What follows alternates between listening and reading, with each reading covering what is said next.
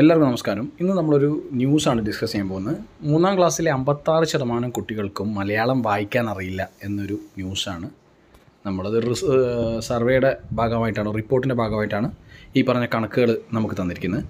NCERT വിദ്യാഭ്യാസ മന്ത്രാലയ survey റിപ്പോർട്ടാണ് 3ാം ക്ലാസ്സിലെ വിദ്യാർത്ഥികൾക്ക് 56% വിദ്യാർത്ഥികൾക്കും മലയാളം വായിക്കാൻ അറിയില്ല. അതൊരു മെജോറിറ്റി ആൾക്കാരാണ് അല്ലേ, ഒരു മെജോറിറ്റി ആൾക്കാർക്കും അത് അറിയില്ല എന്നാണ് പറയുന്നത്. കേരളത്തിലെ 3ാം ക്ലാസ് വിദ്യാർത്ഥികളിൽ 56% പേർക്കും മലയാളം ശരിയായി വായിക്കാനോ മനസ്സിലാക്കാനോ കഴിയുന്നില്ലെന്നാണ് സർവേ റിപ്പോർട്ട്. ഇത് ഇമ്പോർട്ടൻ്റ് ആയിട്ടുള്ളൊരു ന്യൂസാണ്. കാരണം ഇത് മാതൃഭാഷയ്ക്ക് ഭയങ്കര പ്രാധാന്യം നമ്മൾ കേരള സ്റ്റേറ്റ് കൊടുക്കുന്നതാണ്. അപ്പോൾ ആ സമയത്ത് ഇങ്ങനൊരു ഒരു അടിസ്ഥാന നിലവാരം കൂട്ടേണ്ട ആവശ്യകതയെ ചൂണ്ടിക്കാണിക്കുന്നതാണ് ഈ ന്യൂസ്. അടിസ്ഥാന പഠന നിലവാരം മെച്ചപ്പെടുത്തുന്നതിൻ്റെ ഭാഗമായി നടപ്പാക്കുന്ന കേന്ദ്ര പദ്ധതി നിപുൺ മിഷൻ്റെ ഭാഗമായി NCERTയും കേന്ദ്ര വിദ്യാഭ്യാസ മന്ത്രാലയവും സംയുക്തമായാണ് സർവേ നടത്തിയത്. സംസ്ഥാനത്തെ 104 സ്കൂളുകളിലെ 1061 വിദ്യാർത്ഥികളിലാണ് സർവേ സംഘടിപ്പിച്ചത്.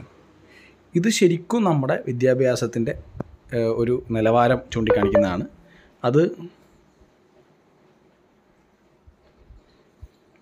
ഇത് ശരിക്കും നമ്മുടെ ഒരു വിദ്യാഭ്യാസത്തിൻ്റെ നിലവാരം ചൂണ്ടിക്കാണിക്കുകയോ അല്ലെങ്കിൽ അത് പരിശോധിക്കുകയോ ചെയ്യേണ്ട, അല്ലെങ്കിൽ അത് ആ രീതിയിൽ അലേർട്ട്നെസ് ഉണ്ടാവേണ്ട ഒരു ന്യൂസാണ്.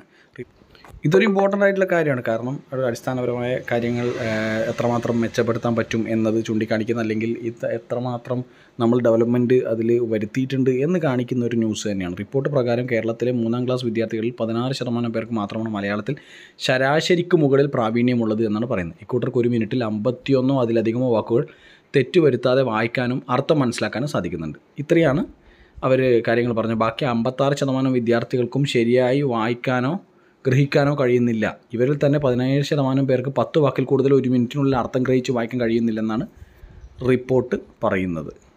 അതൊരു നമുക്ക് അലാമിംഗ് ആയിട്ട് തോന്നിക്കേണ്ട ഒരു കാര്യമാണ്. കാരണം മാതൃഭാഷ എപ്പോഴും ഭയങ്കര ഇമ്പോർട്ടൻ്റ് ആണ്. അപ്പോൾ സ്റ്റഡി നടത്തിയത് ആരാണ്? NCERTയാണ്. NCERTയും സെൻട്രൽ മിനിസ്ട്രിയാണ്, മന്ത്രാലയമാണ്. ഏത് മന്ത്രാലയമാണ്? കേന്ദ്ര വിദ്യാഭ്യാസ മന്ത്രാലയമാണ്. അത് ഓർത്ത് വെക്കുക. പിന്നെ ഇതുപോലത്തെ ഒരു റിപ്പോർട്ട് പലപ്പോഴും എസ്സേയിലും മറ്റ് റിട്ടൺ എക്സാംസിലും കോട്ട് ചെയ്യാനും പറ്റും. സോ വളരെ അതോറിറ്റേറ്റീവായിട്ടുള്ള നമുക്ക് ഡിപ്പെൻഡ് ചെയ്യാൻ പറ്റുന്നൊരു ഫാക്റ്റ് ആൻഡ് ഫിഗേഴ്സാണിത്. അപ്പോൾ ഓക്കെ, അടുത്ത ക്ലാസ്സിൽ വീണ്ടും കാണാം. ബൈ.